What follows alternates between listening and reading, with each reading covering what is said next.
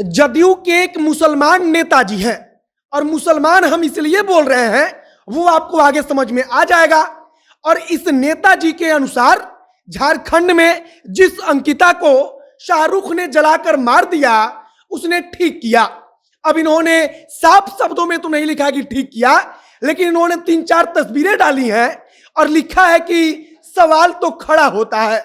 और सवाल खड़ा होता है का सीधा मतलब है कि मुसलमान के नाम पर जदयू के मुसलमान नेताजी शाहरुख का समर्थन कर रहे हैं, क्योंकि जघन्य अपराध का कोई समर्थन किसी भी तर्क के आधार पर नहीं कर सकता। अगर अंकिता शाहरुख के साथ कभी मिली थी, अगर अंकिता शाहरुख से कभी उसकी जान पहचान हुई भी थी, फिर भी अगर शाहरुख उसके घर में घुसकर उसको जला देता है तब यह जघन्य अपराध है और इस पर कोई तर्क नहीं चलेगा। लेकिन जदयू के प्रदेश महासचिव जो हैं अल्पसंख्यक प्रकोष्ठ के, उनका कहना है कि सवाल तो उठेगा और हम सब कुछ बताएंगे और सब कुछ जानने के बाद आपका भी खून खौल उठेगा। बाकी अब नमस्कार, मेरा नाम है मोहित कुमार सिंह और आप देख रहे हैं जनता जंक्शन। सबसे पहले हम नाम बता देते हैं। नाम है नेताजी का डॉक्टर आसिफ हुसैन। डॉक्टर आसिफ हुसैन साहब अपने आप को जदयू के अल्पसंख्यक प्रकोष्ठ का प्रदेश महासचिव यानी कि जनरल सेक्रेटरी बताते हैं। और उन्होंने एक पोस्ट किया और पोस्ट में उन्होंने क्या लिखा है उसे एकदम ध्यान से सुनिएगा। उन्होंने अपने पोस्ट में लिखा कि एक तरफा प्यार नहीं था, अगर एक तरफा प्यार होता तो इस तरह सभी जगह साथ में घूमती नहीं।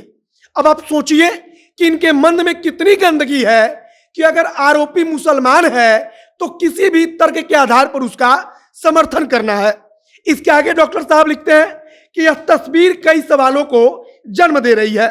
इसके नीचे लिखा गया है इनपुट, अंकिता शाहरुख 3 साल से रिलेशनशिप में थे।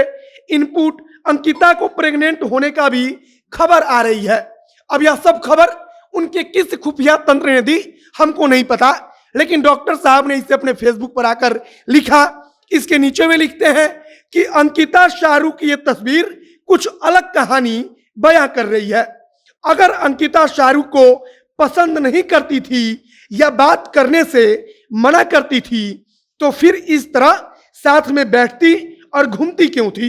इसके नीचे लिखा गया है कि अब सवाल उठेगा सबसे आखिरी में कि शाहरुख ने जिंदा जलाया या परिवार वालों ने जिंदा जलाया।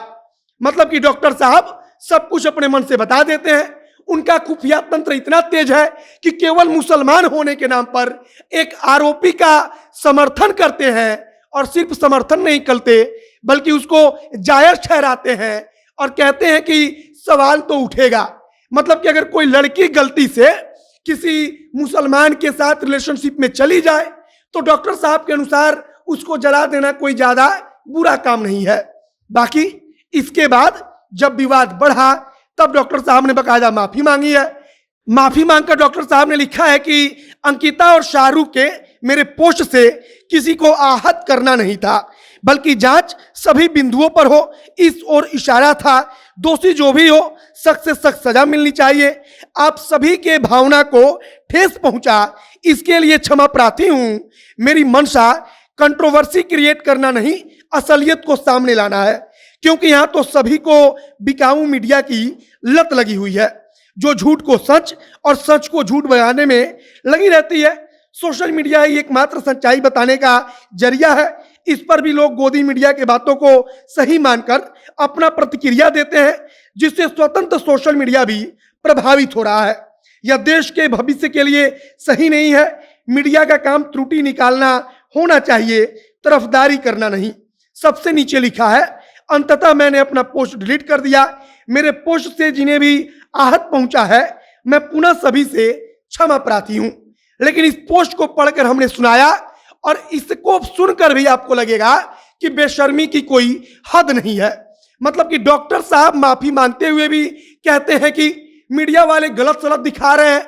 इनके अनुसार शाहरुख ने अंकिता को जलाया तो अंकिता ने भी कुछ गलती की, अंकिता उनके साथ रिलेशनशिप में थी। अब यह भी किसी प्रकार से जायज नहीं है कि कोई हिंदू लड़की अगर मुसलमान के साथ रिलेशनशिप में जाती है और अगर वो बात नहीं करती तो फिर कोई मुसलमान आरोपी आकर ऐसे किसी को जला देगा, उसके घर में पेट्रोल छिड़क कर आग लगा देगा। बाकी अब तक जदयू के जो अल्पसंख्यक प्रकोष्ठ के प्रदेश महासचिव हैं डॉक्टर आसिफ हुसैन, इनके ऊपर पार्टी की तरफ से कार्रवाई की कोई खबर नहीं आई है। हम इंतजार कर रहे हैं कि नीतीश कुमार से लेकर या जदयू का कोई नेता इस पर कुछ बोलेगा, या तेजस्वी यादव गठबंधन में सरकार चला रहे हैं तो वो भी कुछ बोलेंगे और डॉक्टर साहब पर कार्रवाई होगी। बाकी आपको क्या लगता है उसे कमेंट बॉक्स में लिखकर बताइएगा। वीडियो शेयर कीजिएगा, ज्यादा से ज्यादा लोगों तक पहुंचाइएगा। बाकी कैमरे के पीछे विशाल खड़े हैं।